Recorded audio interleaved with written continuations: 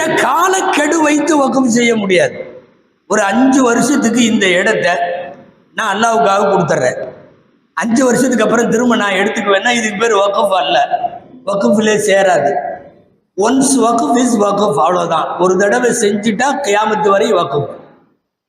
அதில் 2 வருஷத்துக்கு 3 வருஷத்துக்கு 5 வருஷத்துக்கு அல்லது நான் இருக்கிற வரை இறக்கிற வரை அல்லது என் பையன் இருக்கிற வரை இப்படியெல்லாம் காலக்கெடு நிர்ணயித்து ஒரு வக்ஃப் செய்வதற்கு அனுமதி இல்லை. இதுவெல்லாம் வக்ஃபினுடைய சொத்துக்கள் சம்பந்தமாக மார்க்கத்தில் இருக்கிற ஆழமான சட்டங்கள். வக்ஃப் குறித்து முதலாக ஏற்பட்ட வக்ஃபை நாம் பார்க்கிறோம். புகாரி ஷரீஃபில் அது இருக்கிறது. முதலாக இந்த உலகத்தில் அல்லாஹ்வுக்காக என்று பூமியை வக்ஃப் செய்தவர்கள் உமர் ரலியல்லாஹு அன்ஹு.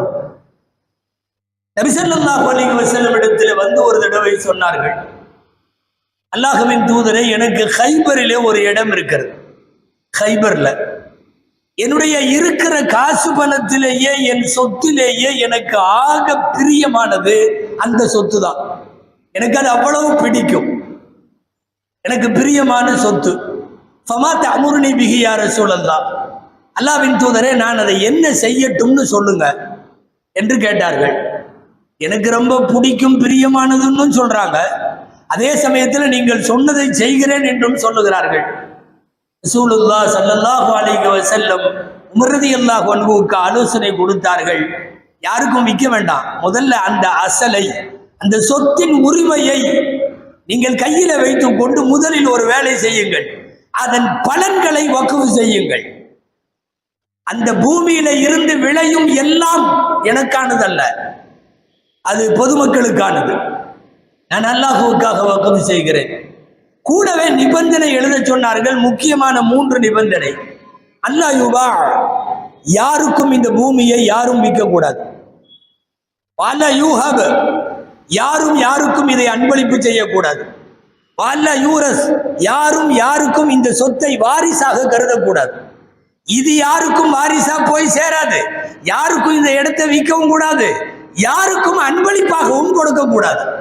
இது சட்டம், அப்படி வைத்துக் கொள்ளுங்கள் என்று உமர் ரலியல்லாஹு அன்ஹு இந்த நிபந்தனைகளை உள்ளடக்கி எழுதி தந்த இந்த வக்ஃப் தான் இஸ்லாமிய வரலாற்றின் முதல் வக்ஃப் என்று சொல்லி இது சஹீஹுல் புகாரியிலே பதிவாக இருக்கக்கூடிய நபிமொழி. இந்த அடிப்படையில் இஸ்லாமிய உம்மத்து உலகம் முழுக்க பல்வேறு நலப்பணிகளுக்காக செலவு செய்கிறது. நலப்பணிகள் என்றால் நாம் கபருக்கு போனதற்கு பிறகோ மன்னரைக்கோ மறுமைக்கோ பயன் தரத்தக்க வகையில் எதுவெல்லாம் இருக்குமோ அந்த அடிப்படையில் அத்தனை வக்ஃபுகளை செய்தது. குறிப்பாக இந்திய மண்ணில் எக்கச்சக்கமான வக்ஃபுகள் செய்யப்பட்டது.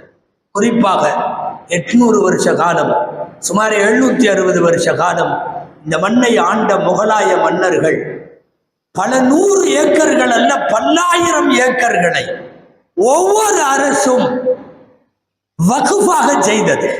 பல்வேறு சமயத்தவர்களுக்கு அவர்களுக்கும் வழங்கினார்கள். வரலாற்றில் ஆதாரம் உண்டு. ஆலயங்கள் கட்ட, ஏன் கோவில்களுக்கெல்லாம் கூட தானமாய் நிலங்களை வழங்கிய இஸ்லாமிய அரசர்கள் உண்டு.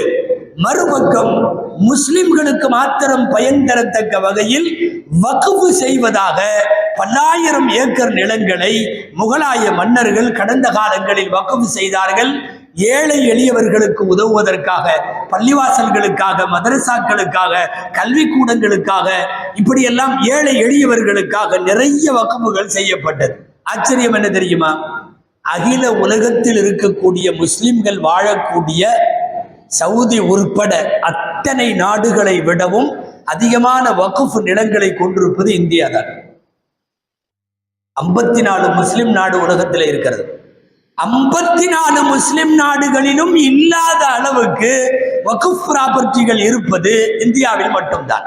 காரணம், இங்கே ஆண்ட அரசர்கள் எழுதி வைத்தார்கள், இங்கே வாழ்ந்த தனவந்தர்கள் எழுதி வைத்தார்கள், வணிகர்கள் எழுதி வைத்தார்கள்.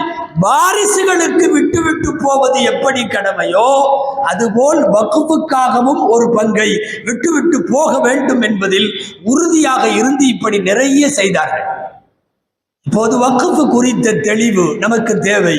வக்ஃப் குறித்து அதன் சொத்துக்களை கையாளுவது குறித்து, நிர்வகிப்பது குறித்து நாடு முழுக்க சர்ச்சையாக்கப்பட்டிருக்கிற ஒரு சூழ்நிலையில் வக்ஃப் குறித்து இந்த தெளிவுகள் நமக்கு தேவைப்படுகிறது. முதல்ல ஒரு விஷயம், வக்ஃப் செய்தவரின் நோக்கத்திற்கு மாற்றமாக வேறு எந்த வகையிலையும் அந்த வக்ஃபினுடைய ப்ராப்பர்ட்டியை செலவு பண்ணக்கூடாது. யாருக்கும் அனுமதி இல்லை.